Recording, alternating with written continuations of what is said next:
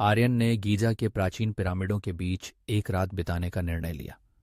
वह एक वृत्तचित्र फिल्म निर्माता था जो इतिहास के रहस्यों को उजागर करने के लिए हमेशा तत्पर रहता था। जैसे ही रात का अंधेरा गहराया, उसने पिरामिडों के भीतर एक छिपे हुए कक्ष का पता लगाया। कक्ष की दीवारें प्राचीन चित्रों से भरी थीं, लेकिन उसकी नजर एक रहस्यमय, बिना बालों वाली मम्मी पर गई। यह दृश्य उसे झकझोर गया। उसी समय उसने अपनी टैबलेट पर बाला नामक एक बॉलीवुड फिल्म देखी, जिसमें एक युवक अपने गंजेपन से जूझ रहा था। फिल्म की कहानी और मम्मी की उपस्थिति में उसे एक अजीब समानता महसूस हुई।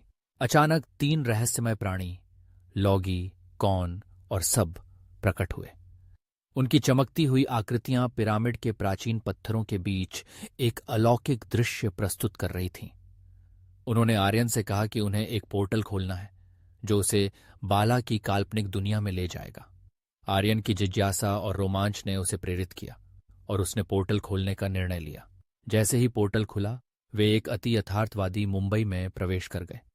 यहां लोग अपनी बाहरी दिखावट के प्रति जुनूनी थे और आंतरिक गुणों को पूरी तरह से नजरअंदाज कर दिया गया था। आर्यन ने पीके से मुलाकात की, जो एक एलियन था। पीके मानव समाज के अजीबोगरीब रीति रिवाजों और सतही सौंदर्य मानकों से पूरी तरह से भ्रमित था। उसने आर्यन से पूछा, लोग अपनी बाहरी दिखावट को इतना महत्व क्यों देते हैं? क्या उनके अंदर की सुंदरता मायने नहीं रखती? उनकी मुलाकात रोहित से भी हुई, जो मानसिक रूप से विकलांग था, लेकिन अपनी सरलता और मासूमियत से सभी को आकर्षित करता था। रोहित में एक विशेष क्षमता थी। वह जादू से जुड़ा हुआ था, जो उसे आंतरिक सुंदरता को देखने और दूसरों को ठीक करने में मदद करता था। तीनों ने मिलकर एक मिशन पर निकलने का निर्णय लिया, लोगों को असली सुंदरता का मतलब समझाना और उन्हें अपनी आंतरिक शक्ति को पहचानने के लिए प्रेरित करना। वे लोगों को मम्मी की कहानी और बाला के नायक की कहानी सुनाते हैं, यह बताते हुए कि सच्ची सुंदरता बाहरी दिखावे में नहीं, बल्कि दया, करुणा और आत्मस्वीकृति में निहित है। पीके ने अपने एलियन दृष्टिकोण से लोगों के अंधविश्वासों और गलत धारणाओं पर सवाल उठाया, जबकि रोहित ने जादू की मदद से लोगों को अपनी आंतरिक सुंदरता को देखने और भावनात्मक घावों को भरने में मदद की। उनका मिशन एक भव्य आयोजन, एक सौंदर्य प्रतियोगिता में हस्तक्षेप करने के साथ कल्मिनेटेड हुआ। वहां उन्होंने लोगों को बाहरी दिखावे से परे देखने के लिए चुनौती दी।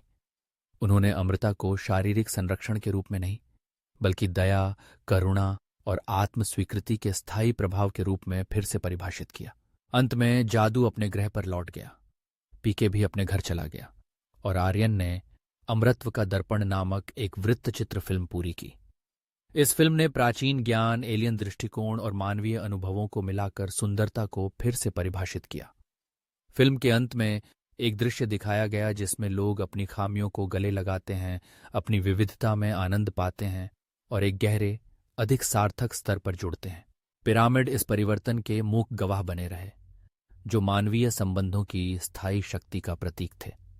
आर्यन पिरामिडों से दूर चलता है, तारों को देखता है और अपनी यात्रा पर विचार करता है, एक परिवर्तित दृष्टिकोण के साथ। उसकी आंखों में एक नई रोशनी थी जो उसके दिल की गहराइयों में गूंज रही थी। उसने महसूस किया कि असली सुंदरता केवल बाहरी दिखावे में नहीं, बल्कि आत्मा की गहराई में छिपी होती है।